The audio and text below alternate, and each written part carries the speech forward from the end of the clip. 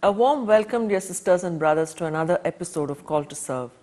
This is a program that looks at the life of a priest, a person's life which is turned for the glory of God by his touch, by his involvement. And today we have with us Fr.Charles, Hewawasam, who is the Vicar General of the Diocese of Galle from Sri Lanka. And we are so happy to have you with us, Father. Thank you very much. Praise the Lord. Thank you. This is a program that where we look at the progress, we look at the journey of a priest from the starting and towards his, his mission and all of that. Yeah. And the first question we always have is how it all began. Where did it start in your life, Father? I was born a Buddhist.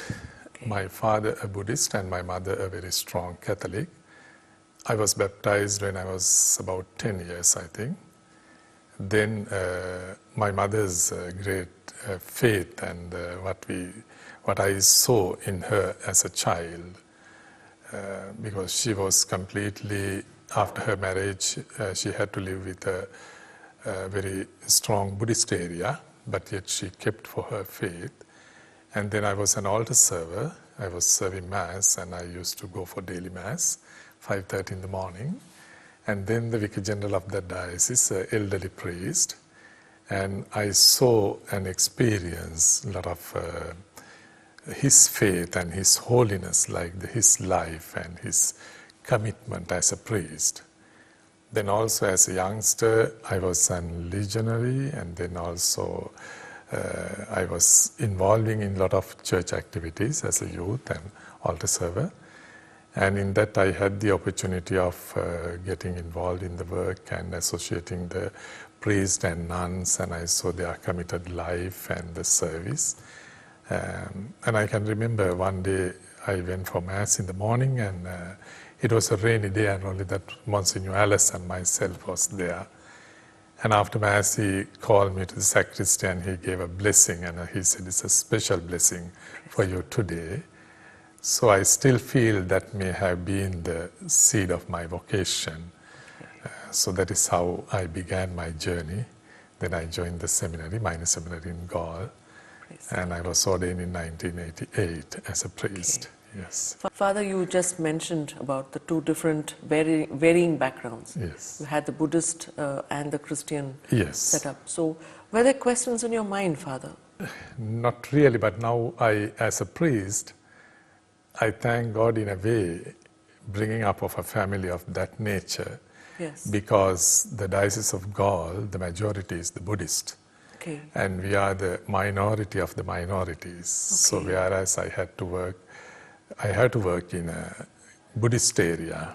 Okay. So my background, which comes from my family, Okay. really helps my mission, Yes. and that helped me to have that balanced relationship with the Buddhists and also the Catholics and the Christian. Especially because of the discipline that you have received from your mother, perhaps.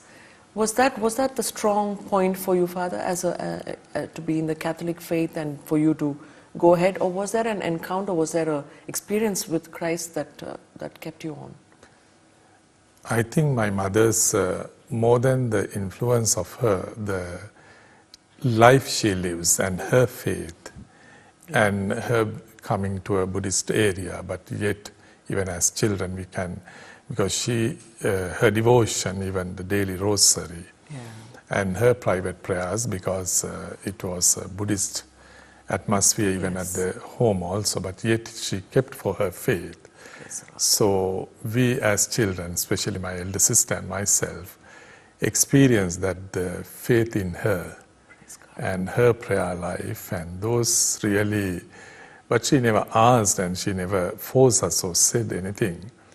But yet we could see the example of my mother, and also her life as a dedicated mother and a wife.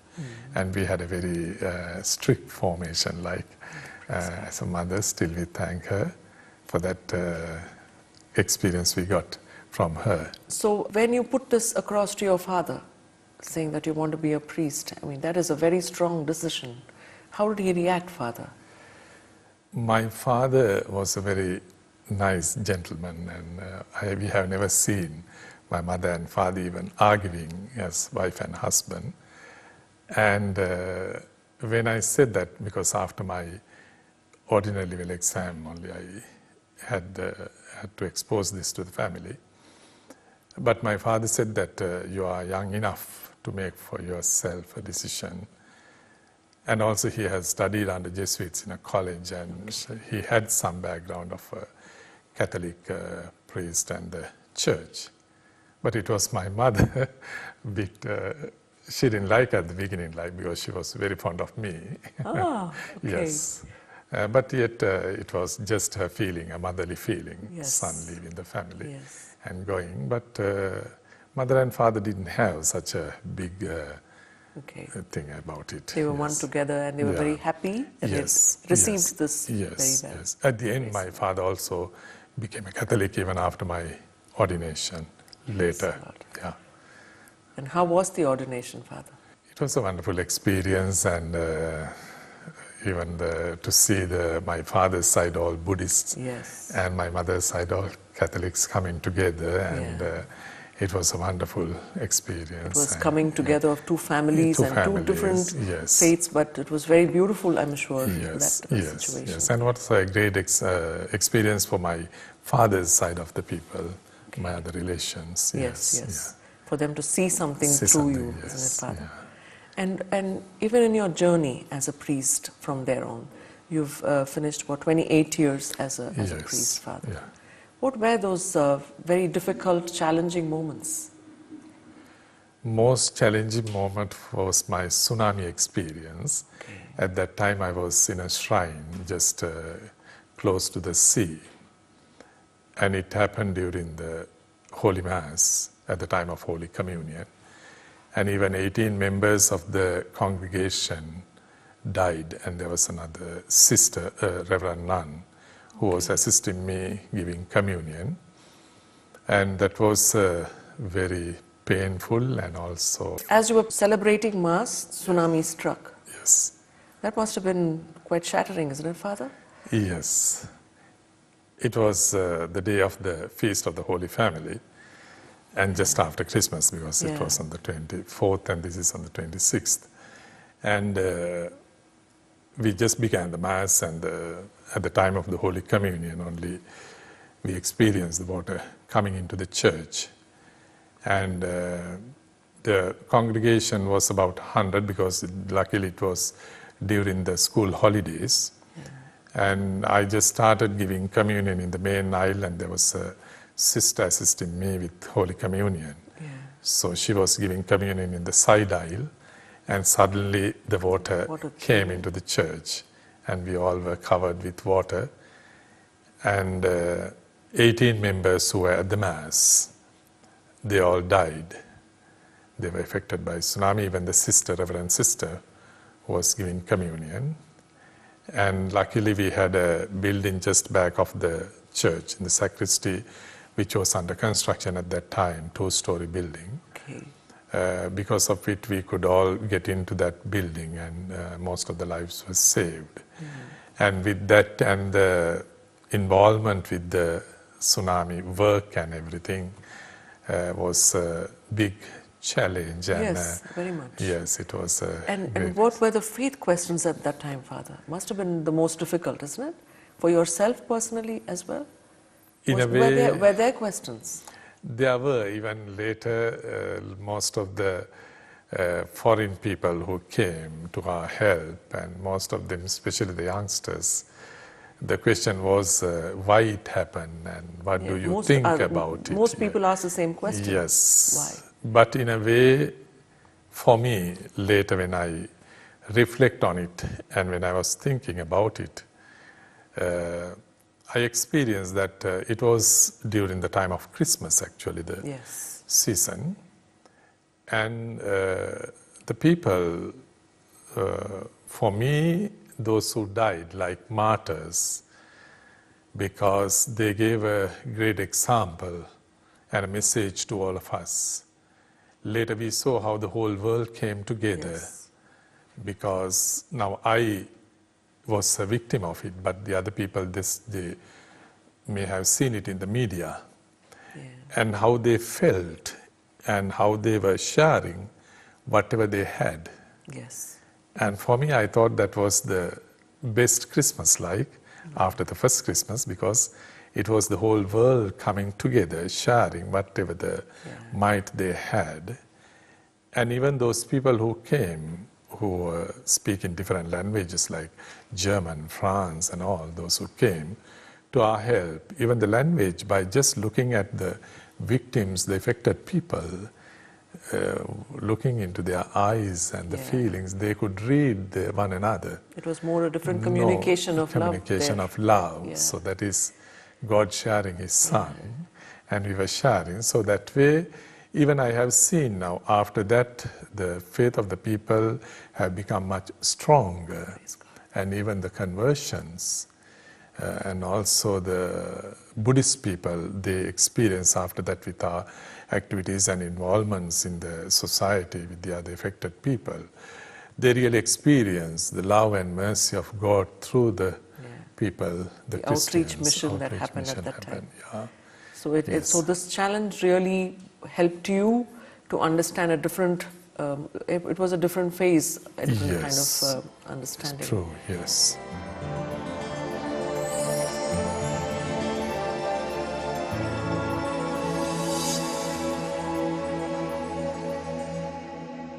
What about those times when you felt really delighted, those times that you felt so cherished about the mission that was given to you, that has been given to you, Father? Because now this where I was working at that time was a shrine dedicated to Our Lady of Matara. Okay. It's a miraculous statue of Our Lady, and actually it has a history about 500 years. Okay. The statue was found in the sea by fishermen and later on given to the church. And about 100 years ago it was sent back to Belgium, because we had the Belgian missionaries working in the diocese at that time, even the Belgian bishop. And then on its way back there was a shipwreck, and then it was lost and found again. Again, okay. And the tsunami was another time that miraculously she went to the sea, and after 3 days we found it. Okay. And when I just came down from the building I was, and my first concern was the Blessed Sacrament, but there was no way. Then when I reached to the statue where it was, and it was not there, and then later I found that it has gone to the sea. And then we have been praying, and I have been praying because the church was there because of her, to say the Our Lady of Matara in the church, the shrine, national shrine. And third day when it was brought to me by a Buddhist, that he found it. And that was the most delighted time in my life. And the way the Lord has worked again through a person of another faith, and bringing something so precious back to the church. Yes, and it was intact, and it was a wonderful experience. Praise the Lord. Yes. So this journey that has begun, I mean, some 28 years ago, has really made you fruitful more as an evangelist, as a person who's reaching out to people who've suffered deeply, and you've been able to touch many lives, Father. Can you share with us a little bit more about your mission? Yes, because the tsunami experience, and then my question in my personal prayer and reflection was that why I was saved. Because the very day in the evening I was in the cemetery where all the bodies were brought in, and almost more than 300-400 bodies were buried. And I was there, the Muslims and the Buddhists, and all were brought, and all were just buried in one mass grave. And then always I asked the question, the Lord must have had a purpose of saving my life, because I was just there at the altar. And now, even then after that, I had to get involved in many activities of helping people, and then we had a lot of charitable organizations which came, and medical help and educational help and visiting people, and that was also a big challenge for me to bring back the life of these people Yes. into normalcy. So that rebuild was is not easy. easy, yes. And so that I could reach, and still I continue the good work which we have started, and actually to bring all the ethnic groups together and different faiths together, and to build up that harmony and love and concern for one another. So that was there, and that was a very wonderful experience, and still that relationship we build up now after about 14 years after this incident, but yet that the relationship and the harmony and the love and care for one another still becoming strong and strong, and it is building actually. Do you see that as the vision for the church? Because whatever the activities we had, we could brought Christ to these people, the love and mercy of God. And even most of the countries which came to help our Christian Catholic countries. And I think the church did its best, and it was the mission and the will of the Lord.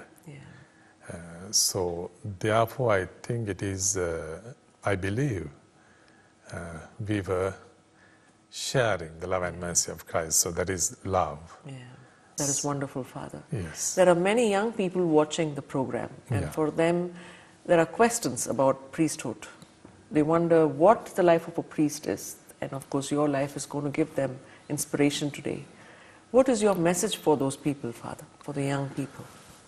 Yes, because in today's society, when we look back about 20 odd years in our time and now, the youngsters in the society are challenged by the developments of the technology and media and all kind of things. And it's a big challenge. I don't know how many of them are thinking about the priestly life and the religious life. But yet, God has been so nice. Absolutely. And the church is blessed with many committed vocations.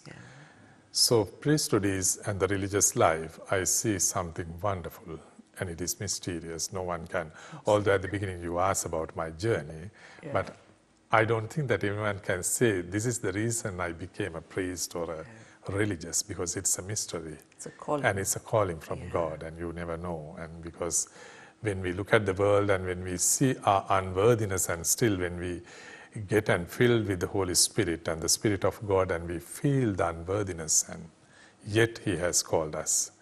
So therefore, although in all these challenges, I think the young people, especially the families, must get back to their faithfulness to their vocations as parents, and also the prayer life and their commitment, and the youngsters to see that and to experience the wonders and the beautiful life of the priesthood and religious life. And if they can commit themselves to the service of the Lord as priest and religious, I think God will always help the church, and because it is His church and the Spirit is guiding the church. It was also your mother's life, and as you already explained, the way so many others have played a part in your decision and your calling.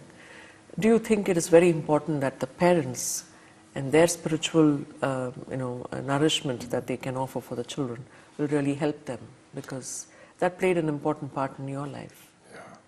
I think definitely, because it is the example of the marriage life of your parents, mother and father, because that is like the first school for a child, where they experience and where they see the love of one another, of the mother and father, and that family prayer life, and their faith, and bringing up the children that always obedience, love, and care for one another, and also trust and faith in the Lord. That Lord provides, and every vocation is that the God-given vocation, even the children from their small age. But that religious atmosphere and that building the faith in the family is the foundation of any person, I think. And also we as priests, we have our role, that to be an example, and the youngsters should and must see in us that Yes. commitment and the faith Yeah. and the spirit in us, Yes. whereas that radiate in their life, and Yes. a response to that. What are those 2 or 3 instruments? For some it is the rosary, for some others it is the Holy Eucharist. In your case, in your life, what is it that really helps you forward? It is my prayer life and my daily rosary. Even in tsunami, I lost everything. Only my trouser and the banyan and rosary in my pocket. Praise the Lord. That was the only thing. We lost everything. My prayer life and my daily rosary and my devotion to our Heavenly Mother. Yeah. Because she, I think, most of the time, she has been coming to my aid and helped me.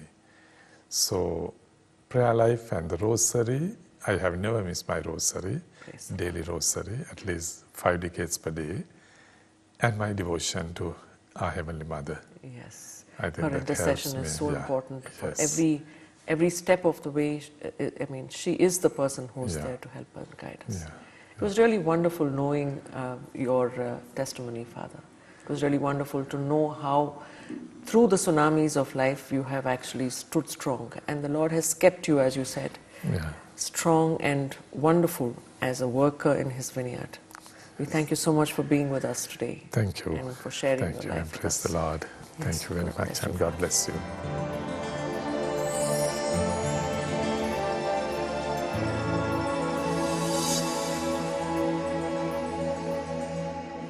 Dear people, as you've just heard, Father Charles has lived a life that is so challenging in its own way. A very quiet and strong tsunami that just came in from out of nowhere, that destroyed so many people's lives and that actually cropped up many questions. But yet, the faith of a priest is a seed that was sown many years ago. And as we have seen in Father Charles's life, his mother has played such an important role. His life, we hope, has touched you, and we hope it inspires you, and especially the young people watching, to really look up to the life of a priest with reverence and with a lot of prayers for them. We thank you for being with us. We hope to see you again in our next episode. God bless you.